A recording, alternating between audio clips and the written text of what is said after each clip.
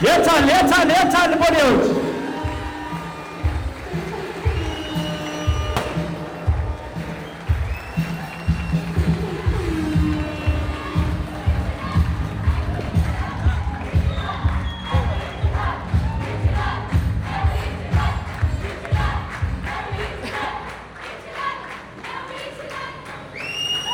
እንዴት አመሻችሁ?